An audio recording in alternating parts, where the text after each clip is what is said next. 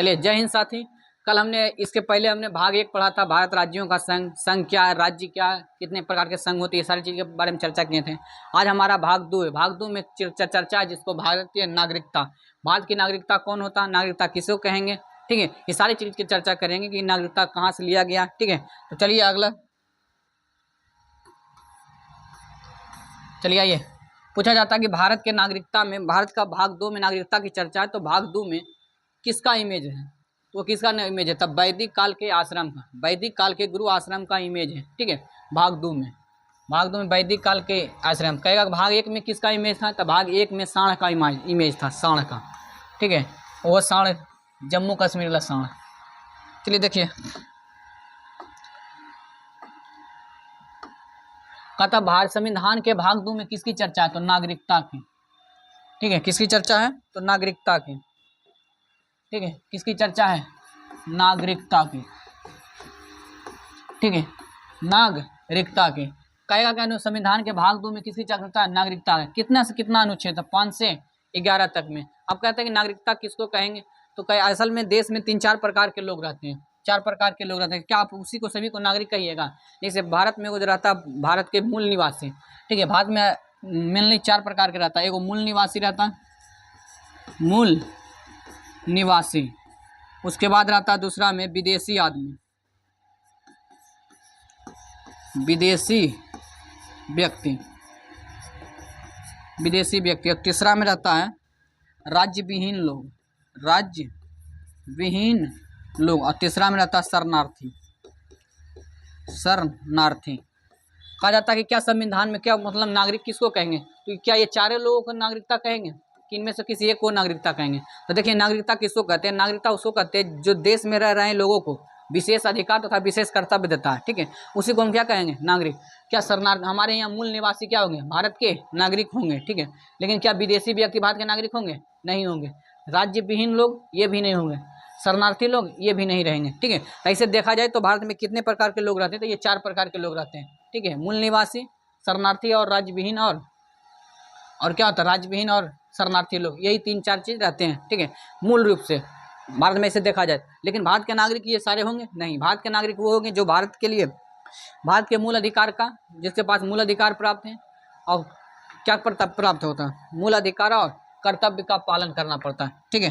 तो चलते हैं आगे, देखिएगा।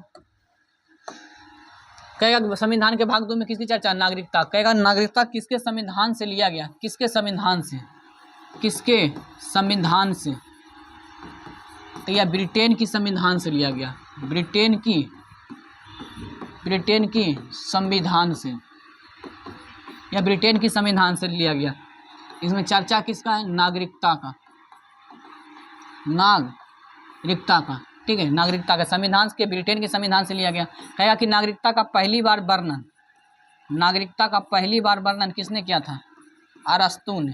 किसने किया था, अरस्तु ने। नागरिकता किसको कहेंगे, नागरिकता किसको कहेंगे, जो देश में रह रहे लोगों को, देश में रह रहे लोगों को विशेष अधिकार, ठीक है, विशेष अधिकार और कर्तव्य देता है, ठीक है, कर्तव्य देता है, ठीक है। अब कहेगा मूल कौन कौन सा अधिकार देता है, जैसे पहले अधिकार में 2 प्रकार के अधिकार देता है, एक मूल अधिकार और दूसरा में राजनीतिक अधिकार, राजनीतिक अधिकार। मूल अधिकार में क्या क्या देता था, 15, 16, 19, 29 और 30। कहेगा कि भारतीय नागरिकों को क्या क्या प्राप्त है मूल अधिकार, तो 15, 16, 19, 29, 30 ये सभी भारतीयों का स्पेशल रूप से प्राप्त है।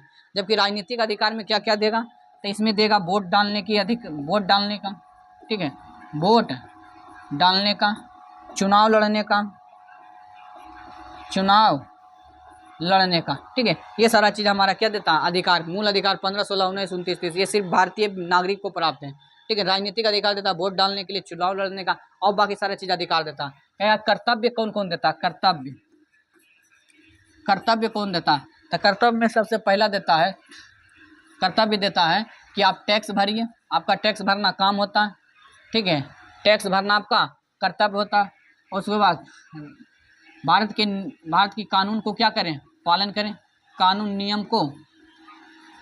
नियम का पालन करें, पालन। नंबर दूसरा में देता है राष्ट्रीय झंडा, राष्ट्रीय झंडा, राष्ट्रीय गीत और राष्ट्रीय गान का क्या कर रहे हैं? सम्मान करें, ठीक है। राष्ट्रीय गीत और गान का सम्मान करें और आह्वान किए जाने पर क्या करें? आप हमेशा देश की रक्षा के लिए तत्पर रहें, ठीक है। तो नागरिकता क्या है? तो नागरिकता उसको कहते हैं जो देश में रह रहे लोगों को एक विशेष अधिकार देता है। इसे विशेष अधिकार में, मूल अधिकार में कौन कौन सा विशेष मूल अधिकार देता है? 15, 16, 19, 29, 30 सिर्फ ये भारतीय नागरिकों को प्राप्त है। जबकि राजनीतिक अधिकार कौन कौन देता है? चुनाव लड़ने का, ठीक है, वोट डालने के लिए, पद प्राप्त करने के लिए, सरकारी नौकरी प्राप्त करने के लिए, ये सारा चीज़ क्या देता है? राजनीतिक अधिकार देता है। जबकि कहेगा कि इसमें कर्तव्य कौन कौन देता है? तो टैक्स, कानून, नियम, राष्ट्रीय गीत गान का क्या करना? पालन करने के लिए दिया जाता है, ठीक है। तो ये हमारा हो गया कुछ संविधान के मतलब नागरिक का थोड़ा बहुत चर्चा। अब आगे इसमें देखते हैं क्या क्या कहेगा कि वर्तमान में हम भारतीय नागरिक, अभी जो वर्तमान में नागरिकता मिलता है, वर्तमान में जो नागरिकता मिलता है, वर्तमान में नागरिकता जो मिलता है हमारी सब, वर्तमान में जो नागरिकता दिया जाता है, वर्तमान में जो नागरिकता दिया जाता है, नागरिकता, ठीक है, कहेगा कि वर्तमान में जो नागरिकता मिलता है, वर्तमान में, ठीक है, वर्तमान में नागरिकता,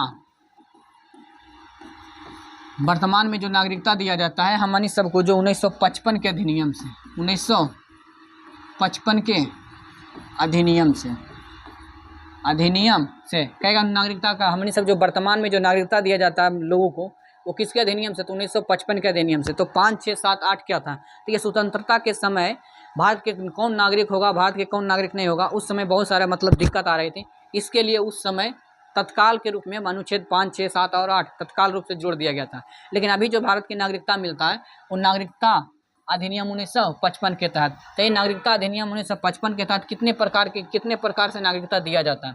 नागरिकता दिया जाता है 5 प्रकार से, दिया जाता है 5 प्रकार से। सबसे पहला में दिया जाता है जन्म के आधार पर, जन्म के आधार पर। दूसरा में वंश के आधार पर, वंश के आधार पर। तीसरा में दिया जाता है पंजीकरण के द्वारा, पंजीकरण के द्वारा। नंबर चौथा में देता है देशीकरण के द्वारा, देशीकरण के द्वारा। नंबर चौथा में दिया जाता है अर्जित भूमि, ठीक है, अर्जित भूमि, ठीक है, किसके तहत? अर्जित की भूमि। तो वर्तमान में नागरिकता संशोधन जो नागरिकता अधिनियम कितना 1955 में अधिनियम के तहत क्या दिया जाता है? नागरिकता जन्म के आधार पर, वंश के आधार पर, पंजीकरण और देशीकरण। जन्म के आधार पर, अगर भारत का में आपका जन्म हुआ, अगर आपके माता या पिता दोनों भारतीय हैं, तब आपको जन्म के आधार पर भारतीय नागरिकता मिल जाएगा, ठीक है। अगर वंश के आधार पर, जैसे हमारे पिता पूर्वज यहीं रहे हैं तो उनके आधार पर हमें भी नागरिकता भारत की दे दिया जाता है। पंजीकरण के द्वारा, अगर कोई देश दूसरे देश से शरणार्थी भाग करके आएंगे तो उसके लिए 7 साल भारत में रहना होगा, उसके बाद पंजीकरण भरना होगा, रजिस्ट्रेशन।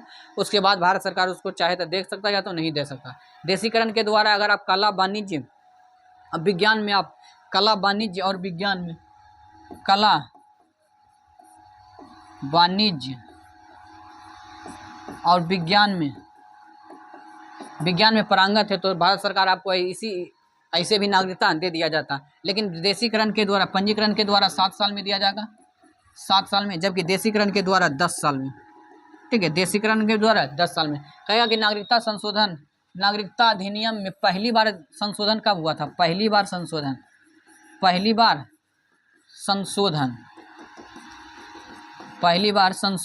कब हुआ था? तो 1986 में, 1986 में इसमें पहली बार संशोधन किया गया था।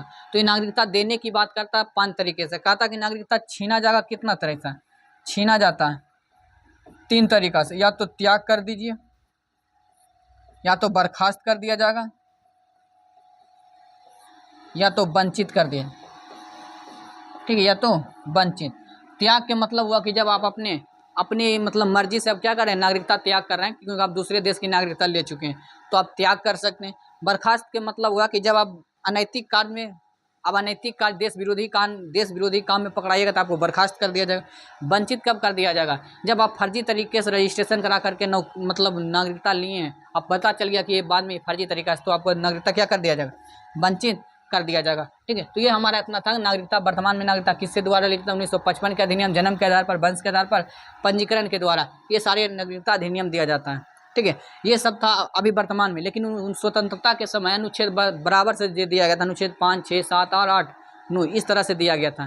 ठीक है, तो आज 6, 5, 6, 7, 8, 9 में क्या है, इसके बारे में हम चर्चा करेंगे। ठीक है, अनुच्छेद 5, 6 क्या है, 7 क्या है, 8, 9 क्या है, ये सब। ठीक है, जिस समय स्वतंत्रता हुआ था उस समय में प्रव्रजन हो रहा था, मतलब भारत से कुछ लोग पाकिस्तान जा रहे थे तो कुछ लोग हिंदुस्तान आ रहे थे। ठीक है, इस तरह से भारत था। जब भारत का विभाजन हो गया तो कुछ लोग भारत से पाकिस्तान जा रहे थे तो कुछ लोग भारत से हिंदुस्तान आ रहे थे। ठीक है, स्वतंत्रता समय 1947 में। इस कारण से भारत की नागरिकता कौन होगा क्या नहीं होगा, उस समय तत्काल रूप से अनुच्छेद 5, 6, 7, 8 को जोड़ दिया गया था। ठीक है, अगर अनुच्छेद 5, 6, 7, 8 को क्या कर दिया गया था? जोड़ दिया गया था। तो चलते हैं अनुच्छेद प्रव्रजन का दृश्य भी दिखावेंगे कैसा दृश्य था। ठीक है, चलिए देखिए।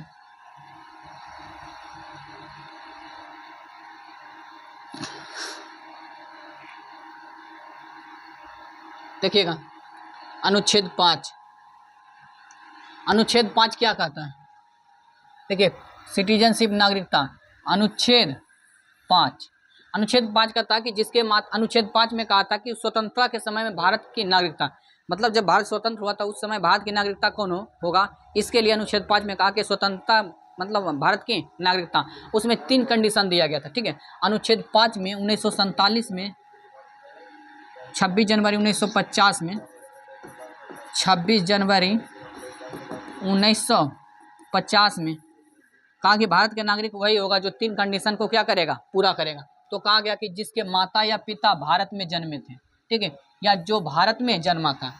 पहला था कि जो भारत में जन्म लिया वो भारत का नागरिक हो गया, वो भले ही उसका माता पिता कहीं का रहेगा। ठीक है, तो भारत में जन्म ले लिया वो भारत का नागरिक होगा। ये 26 जनवरी 1950 को दिया गया था कि इतना रहेगा करता भारत का नागरिक होगा।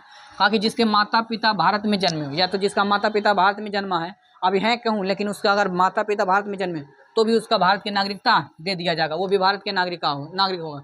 1945 के पहले भारत में निवास कर रहा हो, मतलब आज़ादी के पहले, मतलब 1947 से 5 साल पहले, 47 से 5 साल पहले अगर भारत में रह रहा होगा तो उसको भी क्या दे दिया जाएगा? भारत की नागरिकता दे दिया जाएगा। ठीक है, तो अनुच्छेद 5 में कहा दिया गया था, अनुच्छेद 5 में दिया था कंडीशन उस समय 1947 के समय में कि भारत का नागरिक कौन हुआ था। 3 कंडीशन दिया गया था, जो भारत में जन्मा होगा, या जिसके माता पिता भारतीय होगा, या 1945 के पहले भारत में आ गया होगा, उसी को क्या दिया जाएगा? भारत की नागरिकता दिया जाएगा। ठीक है, आगे देखिए अनुच्छेद 6 में।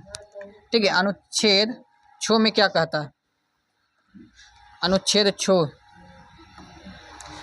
6 कहता है भारत से मतलब पाकिस्तान से आए भारत लोगों की नागरिकता, मतलब जब विभाजन के बाद, ठीक है, जो पाकिस्तान से भारत आ रहे थे इन लोगों की नागरिकता दिया जाना चाहिए। ठीक है, जब भारत मतलब विभाजन हो गया था तो बहुत सारे लोग इधर से भाग करके, जैसे यहाँ ज़्यादा मेजोरिटी लोग हिंदू पाकिस्तान से भाग करके भारत में आ रहे थे, तो उनको भी भारत की देने की नागरिकता का भारत के इन लोगों को भी भारत में नागरिकता देने का प्रावधान किया गया था अनुच्छेद 6 में। ठीक है, कि पाकिस्तान से आए भारत लोगों की नागरिकता। अनुच्छेद 7 में कहा गया जो भारत से पाकिस्तान जाने वाले, मतलब जिनको लगा कि विभाजन हो जाएगा, तो विभाजन से पहले ही कहाँ सेटल हो गए थे? पाकिस्तान में जाके। लेकिन जब पाकिस्तान बन गया तो पाकिस्तानियों ने अपना दमखम दिखा दिया और उनको लगा कि हमको यहाँ बढ़िया से नहीं रह सकते हैं, तो फिर से वहाँ से वापस चले आए कहाँ? भारत में। तो इन लोगों की भी नागरिकता देने की बात कही थी। ठीक है, तो अनुच्छेद 6 का था पाकिस्तान से आए लोगों की नागरिकता, जबकि अनुच्छेद 7 कहता है कि भारत के लोग पाकिस्तान गए या पाकिस्तान से फिर भारत आए उनकी नागरिकता देने की चर्चा है। ठीक है, जब पाकिस्तान से आए भारत लोग भारत की नागरिकता, ये नागरिकता कब दिया जाता था? कहा गया इसमें 26 जुलाई कहा गया कि 26 जुलाई 1947 अगर 1947 के पहले आ गए हैं, 1947 के पहले आ गए हैं तो आप भारत का ऐसे भी नागरिक हो गए। लेकिन 26 जुलाई 1947 के बाद आए हैं भारत में, बाद, तो आपको रजिस्ट्रेशन के द्वारा दिया जाएगा, रजिस्ट्रेशन, ठीक है, पंजीकरण के द्वारा दिया जाएगा। भारत में आप 6 महीना रहिए, 6 महीना रहिए, उसके बाद भारत की नागरिकता दे दिया जाएगा। पहले आप 6 महीना रहिए, उसके बाद नागरिकता दे दिया। जो भी पाकिस्तान से भारत आएगा उसका नागरिकता अगर 26 जुलाई 1947 के अगर पहले आ गया, 26 जुलाई 1947 से अगर आप पहले आ गए हैं तो आपको पहले नागरिकता दे दिया जाएगा, बिना रोक टोक के, ठीक है। लेकिन आप 26 जुलाई 1947 के बाद आए होंगे तो आपकी नागरिकता देने के लिए रजिस्ट्रेशन के द्वारा ही नागरिकता लिया जा सकता है, ठीक। उसी प्रकार से ये पाकिस्तान से आने वाले लोगों में भी तो यही नियम था कि 26 जुलाई से अगर पहले आ गए होंगे तो आपको नागरिकता बिना कुछ बोले दे दिया जाएगा, लेकिन 26 तारीख के बाद आए तो आपको रजिस्ट्रेशन के द्वारा ही नागरिकता दे दिया जाएगा। अच्छा, उस समय में क्या स्थिति था, ठीक है। उस समय में लोग 1947 से 50 के बीच में लोगों का मतलब बहुत कन्फ्यूजन था। कोई लोग पाकिस्तान जा रहे थे तो कोई भारत में आ रहे थे, ठीक है। उस समय का भयावह बहुत ही तस्वीर था, लेकिन भारतीय सरकार अपने संविधान बनाने में मगन था, पाकिस्तान अपने संविधान बनाने में मगन था, लेकिन उस समय का जो चित्र है बहुत भयावह था, ठीक है। अब देखिए अनुच्छेद 5 में कहा गया कि भारत में जो जन्मा हुआ, मतलब 3 कंडीशन दे दिया गया कि जो अनुच्छेद 5 में कंडीशन करेगा उस भारत में नागरिकता हो जाएगा। लेकिन 6 में कहा गया भारत से जो पाकिस्तान से भारत आया उसकी नागरिकता, और 7 में कहा गया है कि भारत से पाकिस्तान जाने वाले लोगों की नागरिकता का आधार, मतलब भारत में था, चल गया पाकिस्तान, फिर पाकिस्तान से घूर करके आया तो उसकी नागरिकता। आगे देखिए उस समय का यह दृश्य था, ठीक है, जब लोग उधर से इधर भाग रहे थे, पाकिस्तान से भारत आ रहे थे, ठीक है। उस समय में किस तरह से बैलगाड़ी से लोग आया कर रहे थे, पूरी तरह से बैलगाड़ी पर बैठ करके, ठीक है। उस समय में दृश्य ऐसा था कि इसी में सिख दंगा हो गया था। इस समय में समझौता एक्सप्रेस में मार काट करके भारत के वहाँ पाकिस्तान से भेज दिया गया था, ठीक है।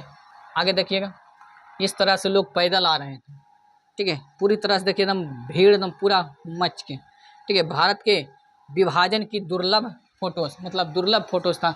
उस समय में भारत में क्या स्थिति रहा होगा, ठीक है, जो पाकिस्तान से भर के आ रहे हैं भारत में, भारत से जा रहे हैं पाकिस्तान भर के, ठीक है। आगे देखिए इमेज, या देखिए ट्रेन में किस तरह से एकदम ट्रेन पर पैदल पाँव आ रहे हैं ये सारे बच्चे सब। उस समय में विभाजन का ऐसा दंश झेला था, ठीक है। इसका पहले दंश तो झेला 1947 में आगे अंग्रेजों से लड़ाई करके भारत छीनने में, उसके बाद दूसरा दंश मिल गया पाकिस्तान के विभाजन के बाद, क्योंकि बहुत सारे लोगों को करीब 50 लाख लोगों को अपना क्या करना, घर बार छोड़ करके विस्थापन करना पड़ा था, ठीक है। आगे देखिए, यह देखिए भारत के विभाजन की ये दुनिया थी उस समय, किस तरह से एकदम भर रहा, पूरी तरह से किस तरह से लोग जा रहे हैं, एकदम पूरा पैदल ही आ रहे हैं। उस समय में भारतीय लोग जो हिंदुस्तान के लोग थे उसको बहुत तरह से एकदम, जो हिंदू लोग थे खास करके उसको जानबूझ करके मतलब रोका जा रहा था, ठीक है, हिंदुओं को काटा जा रहा था। उस समय का स्थिति बहुत ही भयानक था। चलिए अनुच्छेद 5, 6, 7 हो गया था, ठीक है। अनुच्छेद 5 कहता है कि प्रारंभ में नागरिकता, कौन कौन भारत में नागरिकता होगा उसकी चर्चा था, ठीक है। अनुच्छेद 6 में कहा कि जो पाकिस्तान से आए उसकी नागरिकता। 7 में कहा कि जो भारत के नागरिक थे लेकिन पाकिस्तान चले गए फिर वहाँ से आए तो उसकी नागरिकता की चर्चा किया गया। अब आगे अनुच्छेद 7 में कहा था जो पाकिस्तान चले गए। आइए अनुच्छेद 8 में क्या कहता है। अनुच्छेद में 8 में रहा कि जो भारत के बाहर आदमी, जो भारतीय आदमी थे लेकिन विदेश में जाकर के सेटल हो गए थे, भारत की आज़ादी के लिए लड़ रहे थे, ठीक है, तो उनके बाल बच्चों के लिए नागरिकता देने का प्रावधान किया है। भारत के बाहर रहने वाले भारतीय उद्धव के व्यक्तियों के या उनके बाल बच्चों की नागरिकता देने का अधिकार प्रावधान किया गया, ठीक है। जिसे क्रांतिकारी, जिसे BD सावरकर देखिए और सब जो कहाँ से थे, सैन फ्रांसिस्को में रहते थे, वहाँ से भारत की आज़ादी के लिए लड़ाई लड़े थे, तो उन सबको नागरिकता देने की बात कही गई। अनुच्छेद 9 कहता है कि अपनी इच्छा से देश की नागरिकता लेने पर, अपनी इच्छा से दूसरे देश की नागरिकता लेने पर भारत की नागरिकता क्या हो जाएगा, समाप्त हो जाएगा, ठीक है। तो अनुच्छेद 9 में मतलब सटला तगैला, मतलब दूसरे देश की नागरिकता ले लिए तो आपकी भारत की नागरिकता क्या कर दिया जाएगा, समाप्त कर दिया जाएगा। आगे देखिएगा अनुच्छेद 10 में कहा कि नागरिकता का अधिकार का बना रहा। अनुच्छेद 10 में कहा कि नागरिकता आपका बना रहेगा जब तक आप अन्यथा काम नहीं कीजिएगा, जब तक आपका नागरिकता क्या रहेगा, बना रहेगा। जैसे ही उछल कूद मचाइए तो आपकी नागरिकता छीन लिया जाएगा। ये नागरिकता जब तक बना रहेगा जब तक संसद चाहेगी तो नागरिकता किसी का भी छीन सकता है या किसी का दे भी सकता है, ठीक है। ऐसे लेकिन नागरिकता कोई नहीं छीन सकता, ठीक है, नागरिकता का बना रहना, ठीक है। अनुच्छेद 10 में कहा। अनुच्छेद 11 में कहा गया है कि नागरिकता संबंधी कानून कौन बनाएगी। अनुच्छेद 11 में कहा कि नागरिकता संबंधी जो कानून है वो हमारा कौन बनावेगा? संसद बनावेगा। ठीक है, नागरिकता संबंधी कानून कौन बनावेगा? संसद बनावेगा। लेकिन संसद में भी कौन मंत्रालय बनावेगा? तो गृह मंत्रालय, गृह मंत्रालय। ठीक है, कौन बनावेगा? तो गृह मंत्रालय। तो कौन बनावेगा? संसद नागरिकता संबंधी कानून को विनिमय कौन करेगा? नागरिकता। अनुच्छेद 8 में तो भारत के बाहर रहने वाले लोग 9 में अपनी इच्छा से नागरिकता ले लिए दूसरे देश को, तो भारत की नागरिकता क्या हो जाएगा? समाप्त हो जाएगा। 10 में कहा नागरिकता का अधिकार आपको बना रहेगा जब तक अन्यथा काम नहीं कीजिएगा। अनुच्छेद 11 में कहा कि संसद संबंधी मतलब नागरिकता संबंधी कानून कौन बनावेगा? संसद बनावेगा। अब चलते हैं आगे।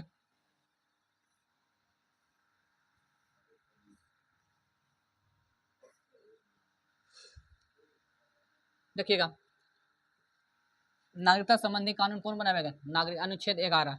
अब आता है कि 1955 का अधिनियम क्या था? 1955 का अधिनियम, 1955 का अधिनियम।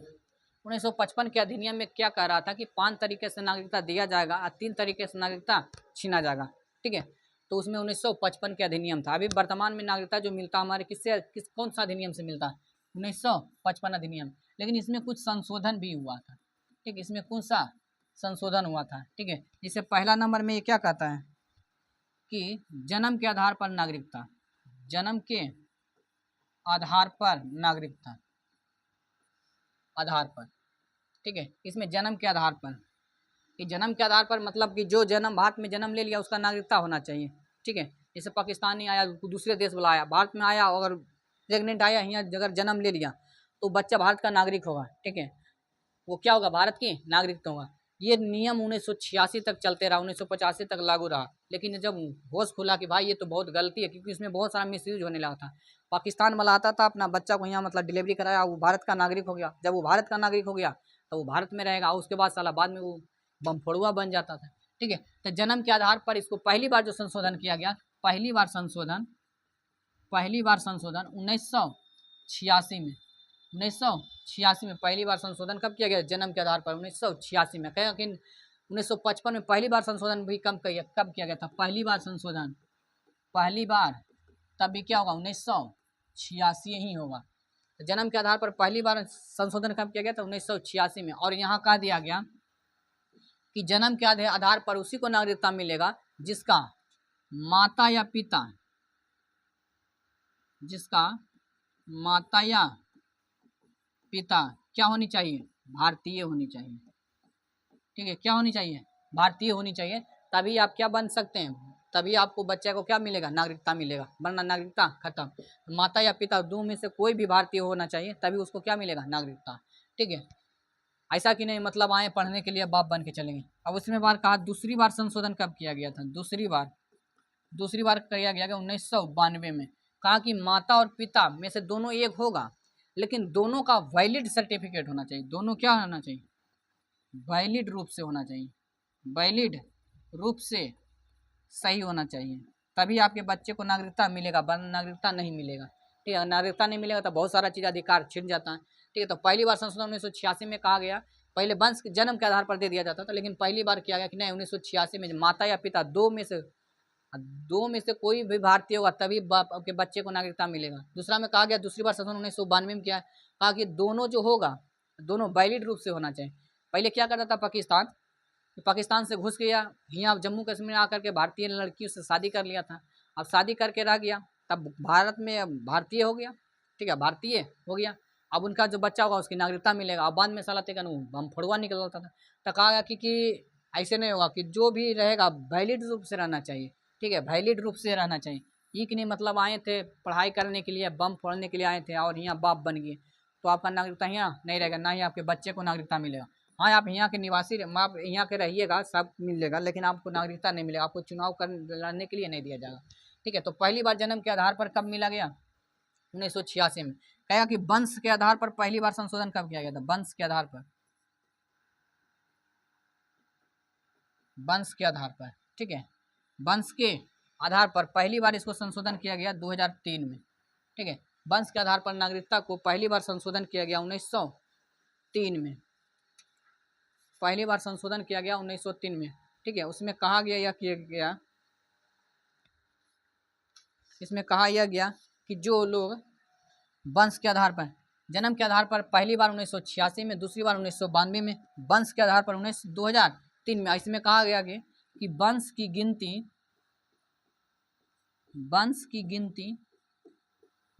गिनती माता या पिता दोनों से हो सकता है, माता या पिता दोनों से हो सकता है। ठीक है, वंश की गिनती माता या पिता दोनों से किया जा सकता है।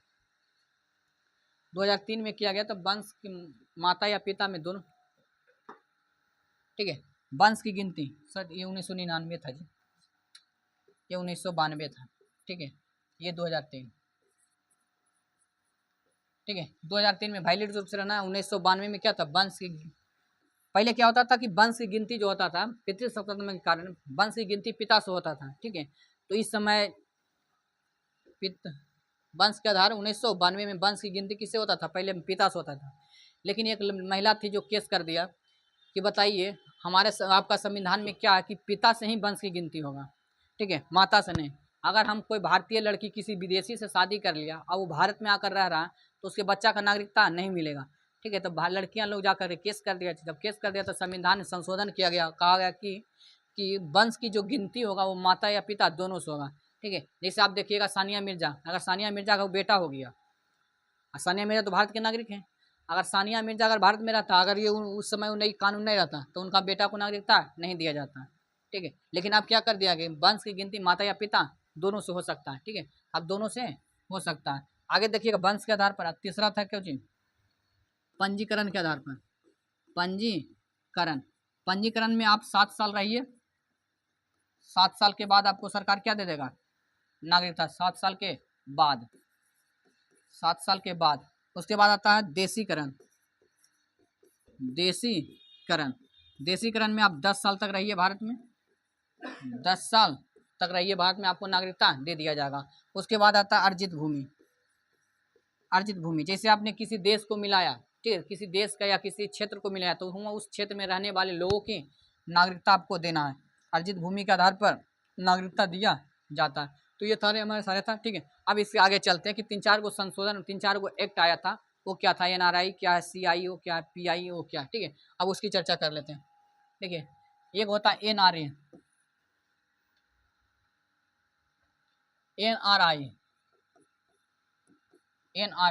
National residential Indian. ठीक है, प्रवासी भारतीय। ठीक है, राष्ट्रीय प्रवासी भारतीय, यही होता है प्रवासी भारतीय। ठीक है, प्रवासी भारतीय। ठीक है, प्रवासी भारतीय। कहा कि NRI उसी को कहा जाएगा जो लोग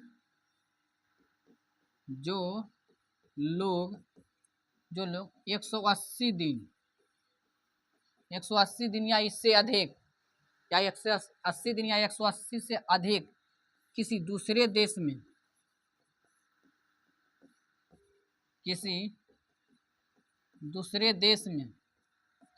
किसी पर्पस से जाते हैं, या तो नौकरी करने के लिए,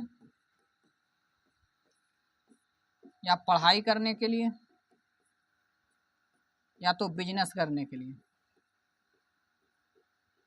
ठीक है, तो इन लोगों को क्या कहा जाएगा, NRI। ठीक है, नॉन रेसिडेंट इंडियन। ठीक है, तो जो लोग 180 दिन या 180 दिन के बाद कहाँ रह रहे हैं, विदेश में रह रहे हैं, तो उसके लिए दूसरे देश में रह रहे हैं, तो किसी नौकरी के लिए, पढ़ाई करने के लिए, बिजनेस करने के लिए, तो उसको क्या दे दिया जाएगा, भारत की नागरिकता। मतलब वो भारत की नागरिक रहेगा। ठीक है, इस नागरिकता नहीं छीना जाएगा। ठीक है, भारत की नागरिकता रहेगा।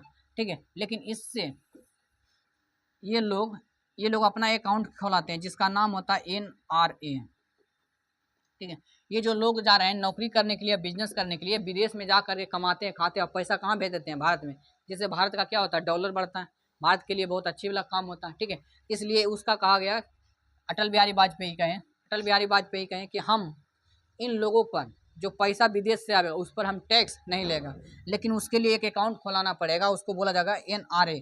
जिसके पास NRA रहेगा उसके पास नो टैक्स, उस पर टैक्स नहीं लिया जाएगा। आप जितना भी पैसा आप विदेश से कमाइए इस अकाउंट पर भेजिएगा तो आपको टैक्स नहीं लिया जाएगा। ठीक है, तो ये NRI था। आगे चलते PIO,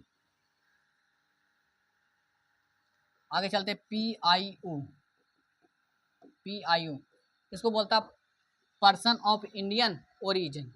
person of Indian origin, person of Indian origin, Indian origin, person of Indian origin, इसको क्या बोलेंगे? मतलब इसमें कहा गया कि जो भी व्यक्ति पहले भारतीय थे अब विदेश में जाके सेटल होंगे, तो भारत सरकार ऐसे लोगों के लिए एक वीज़ा जारी करता है, ठीक है, वीज़ा जारी करता है जिसको नाम से जाना जाता है PIO, ठीक है, एक तरह से वीज़ा, कि आप भारत में आइए घूमने के लिए, हम आपको वीज़ा फ्री करते हैं, ठीक है, हम आपको क्या करते हैं, वीज़ा फ्री कर देते हैं, आप आइए भारत में घूमिए, ठीक है, भारत में खर्च कीजिए, आप भारत घूमिए, उसके लिए हम आपके लिए शुक्रगुजार रहेंगे, ठीक है। तो भारत में घूमने के लिए किसको दिया जाता है? PIA, person of Indian origin. जब वो विदेश से वाला भारत में आ जाएगा तो उसके लिए क्या दिया जाएगा? वीज़ा फ्री रहेगा, आपको वीज़ा नहीं लगेगा, भारत में आप आके कहीं भी घूम सकते हैं, लेकिन हाँ हर 8 दिन पर या 10 दिन पर, 10 दिन के अंदर में आपको लोकेशन बताते रहना होगा, 10 दिन पर, ठीक है, 10 दिन पर आपको नज़दीकी जो वहाँ पुलिस ऑफिस होगा वहाँ पर लोकेशन बताना होगा कि हम यहाँ हैं, यहाँ ये काम से रह रहे हैं, ठीक है, तब तक 10 दिन के अंदर या 6 महीने के अंदर में भी दे सकते हैं। तो ये हो गया PIO, एक होगा NRI, ठीक है, ये सारी चीज़ हो गया। अब आगे चलते हैं, अब आइए 3 गो आया था संशोधन अधिनियम, एगो आया था CAA, इसको बोला गया नागरिकता संशोधन अधिनियम, नागरिकता संशोधन अधिनियम, और एगो आया था NRC, और तीसरा था NPR, नेशनल रजिस्टर, यही सब था, NRC और NPR, ठीक है, नागरिकता संशोधन अधिनियम। नागरिकता संशोधन अधिनियम में कहा गया था कि अगर कोई व्यक्ति, ठीक है, अगर कोई व्यक्ति पाकिस्तान, अफगानिस्तान और बांग्लादेश, जब कोई व्यक्ति अफगानिस्तान, पाकिस्तान और बांग्लादेश की धार्मिक प्रताड़ना के कारण अगर वो भारत में आ गया है तो भारत सरकार उसको क्या दे देगा? नागरिकता दे देगा, ठीक है, भारत सरकार उसको क्या दे देगा? नागरिकता। इसमें कहा गया कि 2014 से पहले, 2014 से पहले जितना भी लोग आ गया है, जितना भी लोग आया है, जितना भी लोग आ गया उस सभी को नागरिकता मिल जाएगा, लेकिन धार्मिक प्रताड़ना होगा। लेकिन जो पाकिस्तान, अफगानिस्तान और बांग्लादेश से जो आया है, इन सभी में यहाँ के जो अल्पसंख्यक है उसी अल्पसंख्यक को दिया जाएगा, सिर्फ अल्पसंख्यक को, सिर्फ अल्पसंख्यक को, अल्पसंख्यक को। बताओ पाकिस्तान, ये सब मुस्लिम राष्ट्र है, ठीक है, ये सब क्या है? मुस्लिम राष्ट्र है। तो मुस्लिम राष्ट्र में कौन सा अल्पसंख्यक होगा? हिंदू, हिंदू है, ठीक है, तो ये सबसे हिंदू, हिंदू, सिख, ईसाई, ठीक है, हिंदू, सिख, ईसाई, जैन, बौद्ध, अगर ये तीनों देश से भारत में आ गया, ठीक है, और भारत में नागरिकता मांगता तो भारत सरकार उसको 2014 में कहा कि अगर 2014 से पहले किसी भी तरह से भारत से, मतलब ये तीनों देश से अगर भारत में आकर के घुस गए हैं, ठीक है, भारत में आकर के घुस गए हैं, तो आपको एक झटके में क्या मिल जाएगा? नागरिकता मिल जाएगा इन तीनों के लिए। लेकिन अगर यहाँ से कोनो मुसलमान आया है, ठीक है, मुसलमान आया तो इन सबको नागरिकता नहीं दिया जाएगा, जबकि जो अल्पसंख्यक होगा, ठीक है, जो अल्पसंख्यक होगा उसको क्या दे दिया जाएगा? भारत की नागरिकता दे दिया जाएगा। और जो किसी भी तरह से खाली भारत में घुस गया तो उसको नागरिकता मिल जाएगा, ठीक है, इससे कोई दिक्कत, लेकिन मुसलमानों के लिए नागरिकता नहीं दिया जाएगा। तो यही सब, इसके लिए बहुत विरोध हुआ था, बहुत विरोध हुआ था, ठीक है, मुसलमान लोग इसको बहुत विरोध किया था। कहा गया था कि बताओ धर्म के आधार पर आप भेदभाव कैसे कर सकते हैं, क्योंकि भारत एक धर्मनिरपेक्ष है, तो धर्म के आधार पर भेदभाव क्यों करें कि मुसलमानों को आप नहीं दे रहे हैं? तो सरकार ने स्पष्ट किया गया कि हम धर्म के आधार पर नहीं किए, बल्कि हम अल्पसंख्यक के आधार पर, जो वहाँ धार्मिक रूप से प्रताड़ना हुआ उसके हिसाब से हम दिए, तो धर्मनिरपेक्ष वाला खत्म हो गया, ठीक है, तो ये सारा चीज़ कहा गया था। तो उसके बाद NRC आया, NRC आया तो ये बांग्लादेश के घुसपैठियों को भगाने के लिए, बांग्लादेशी घुसपैठी,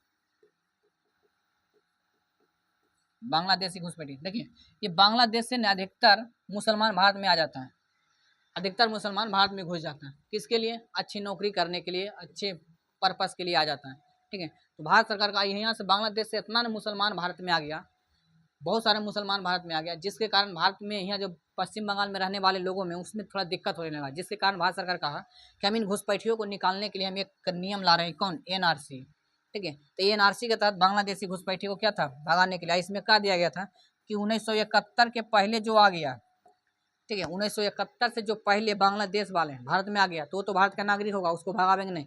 लेकिन 1971 के बाद जो भारत में बांग्लादेशी यहाँ घुस करके आ गया, शादी करके रह रहा है या किसी करके रह रहा है, उसको हम भगाने जा रहे हैं, ठीक है। तो 1971 में एनपीआर क्या है, तो भारत सरकार ने एनपीआर कहा गया कि हम पूरे भारत में जितना भी जनसंख्या है, सभी जनसंख्या के लिए हम एक क्या बनाएंगे, नेशनल पॉपुलेशन रजिस्टर, मतलब एक जनसंख्या रजिस्टर हम बनाने जा रहे हैं।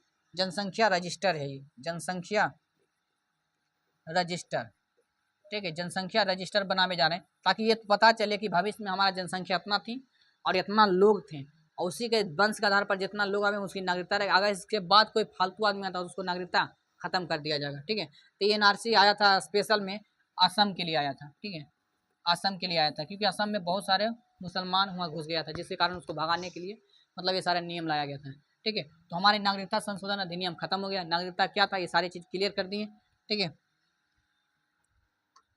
हमारी नागरिकता क्या था, ये सारी चीज़ें पूरी तरह से हम खत्म कर दें। अनुच्छेद 5 में क्या था, अनुच्छेद 6 में क्या था, अनुच्छेद 7 में क्या था, ये सारी चीज़ को हम क्लियर कर दें, ठीक है। अब इसके आगे वो रहेगा मूल अधिकार, फंडामेंटल राइट्स। मूल अधिकार क्या होता है, मूल अधिकार कहाँ से आया, क्या था, इस सारी चीज़ का चर्चा कल होगा, ठीक है। कल अगले वाले आगे वाला वीडियो में, ठीक है। ये सारी चीज़ की चर्चा कल होगी, ठीक है। जब तक के धन्यवाद, थैंक यू।